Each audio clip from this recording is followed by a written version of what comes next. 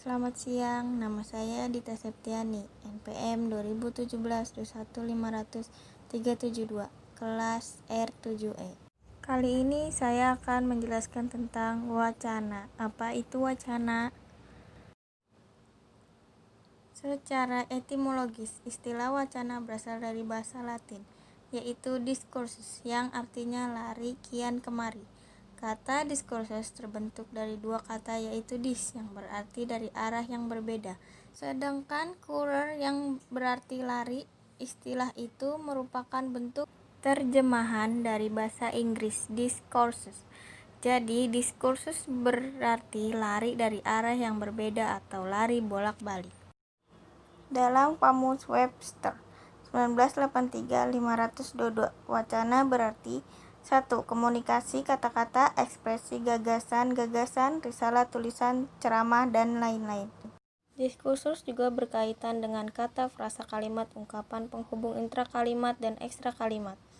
Istilah yang berkembang pada masa kini adalah analisis wacana, termasuk kajian wacana humor verbal, analisis wacana tekstual dan kontekstual. Lalu dalam kaitan itu, Badudu Wijayana dan Rohmadi 2009-68 berpendapat bahwa wacana adalah rentetan kalimat yang berkaitan yang menghubungkan posisi yang satu dengan posisi yang lainnya, membentuk satu kesatuan sehingga terbentuklah makna yang serasi di antara kalimat itu. 2. Kesatuan bahasa yang terlengkap dan tertinggi atau terbesar di atas kalimat atau klausa dengan koherensi dan kohensi yang tinggi, berkesinambungan dan punya awal dan akhir yang nyata dan disampaikan secara lisan maupun tulisan.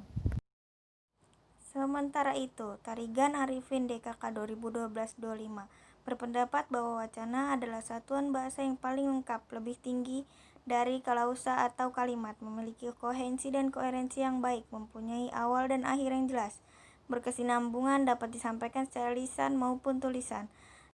Jadi, rangkaian kalimat yang dapat disebut wacana atau bukan wacana bergantung pada keutuhan unsur-unsur makna dan konteks yang melingkupinya. Lebih lanjutnya, Alwi DKK 2419 menjelaskan bahwa wacana adalah rentetan kalimat yang berkaitan, yang menghubungkan posisi yang satu dengan posisi yang lain, untuk membentuk satu kesatuan. Berdasarkan definisi itu, kita dapat memahami bahwa dalam wacana harus ada kalimat yang saling berkesinambungan untuk membentuk satu kesatuan yang utuh. Menurut Hawthorne 1992, wacana adalah komunikasi kebahasaan yang terlihat sebagai sebuah pertukaran di antara pembicara dan pendengar, sebagai sebuah aktivitas personal di mana bentuknya ditentukan oleh tujuan sosialnya. Adapun menurut Fowler 1997 mengatakan bahwa wacana adalah komunikasi lisan dan tulisan yang dilihat dari titik pandang kepercayaan, nilai, dan kategori yang termasuk di dalamnya. Adapun pada KBBI 1997-1265 mendefinisikan wacana sebagai 1. Komunikasi verbal atau percakapan. 2. Keseluruhan tutur yang merupakan satu kesatuan. 3. Satuan bahasa terlengkap yang direalisasikan dalam bentuk karangan atau laporan, seperti pada contoh novel, buku, artikel, dan pidato atau khutbah. 4. Kemampuan atau prosedur berpikir secara sistematis, kemampuan atau proses memberikan pertimbangan berdasarkan akal sehat. 5. Pertukaran ide secara verbal. Lalu, Dharma 2014, wacana merupakan suatu pernyataan atau rangkaian pernyataan yang dinyatakan secara lisan atau tulisan dan memiliki hubungan makna antar satuan bahasanya serta terikat konteks. Wacana dapat dibedakan menjadi 3, yaitu wacana monolog, 2. Wacana dialog, Dan 3. Wacana polilog. Wacana monolog. Wacana monolog adalah wacana yang disampaikan oleh seorang diri tanpa melibatkan orang lain untuk ikut berpartisipasi secara langsung. Contoh dari wacana monolog adalah 1. Orasi ilmiah, 2. Menyampaikan visi dan misi, 3. Khutbah, dan sebagainya. Lalu ada wacana dialog. Wacana dialog adalah wacana atau percakapan yang dilakukan oleh 2 orang atau lebih secara langsung.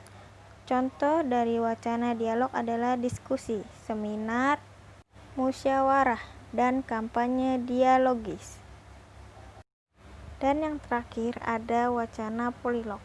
Wacana polilog merupakan pembicaraan atau percakapan yang melibatkan partisipan pembicaraan lebih dari 2 orang penutur.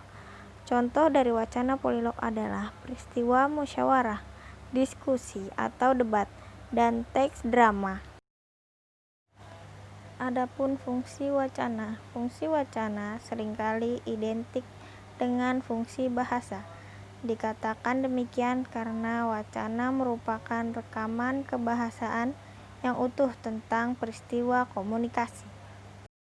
Komunikasi tersebut dapat disampaikan baik secara lisan maupun secara tertulis. Seperti halnya bahasa, wacana bisa bersifat transaksional jika yang dipentingkan adalah isi komunikasi. Bersifat interaksional jika wacana merupakan komunikasi timbal balik. Samsuri 1987. Wacana interaksional dapat berupa percakapan, debat, tanya jawab di pengadilan, di kantor polisi, dan lain-lain untuk wacana lisan, dan polemik surat menyurat untuk wacana tertulis. Wacana interaksional bisa berupa instruksi, iklan, surat, esai, makalah, tesis untuk wacana tertulis, dan pidato, ceramah, tuturan, deklarasi untuk wacana lisan. Wacana mengasumsikan adanya penyapa, adresor, dan pesapa, addresses, dalam wacana tulis. Keduanya adalah penulis dan pembaca. Sedangkan dalam wacana lisan, keduanya yakni pembaca dan pendengar.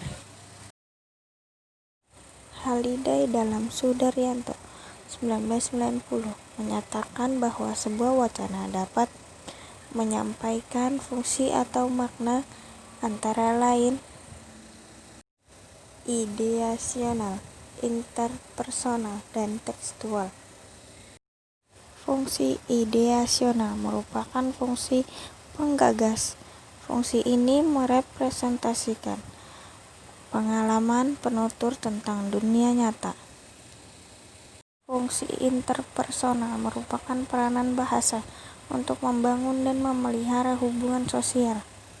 Fungsi tekstual merupakan fungsi bahasa untuk membentuk mata rantai kebahasaan dan mata rantai unsur situasi yang memungkinkan digunakannya bahasa oleh pemakainya.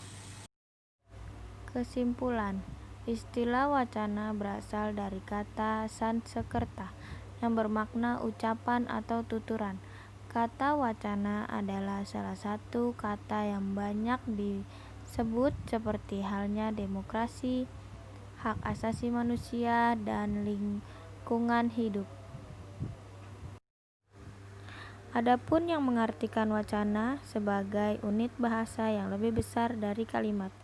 Ada juga yang mengartikan sebagai pembicaraan. Wacana merupakan satuan bahasa di atas tataran kalimat yang digunakan untuk berkomunikasi dalam konteks sosial. Satuan bahasa itu dapat berupa rangkaian kalimat atau ujaran. Wacana dapat berbentuk lisan atau tulisan.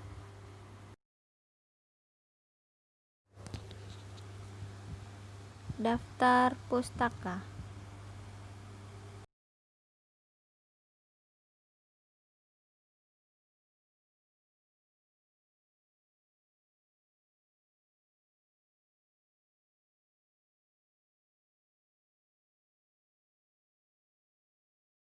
Sekian presentasi saya untuk hari ini.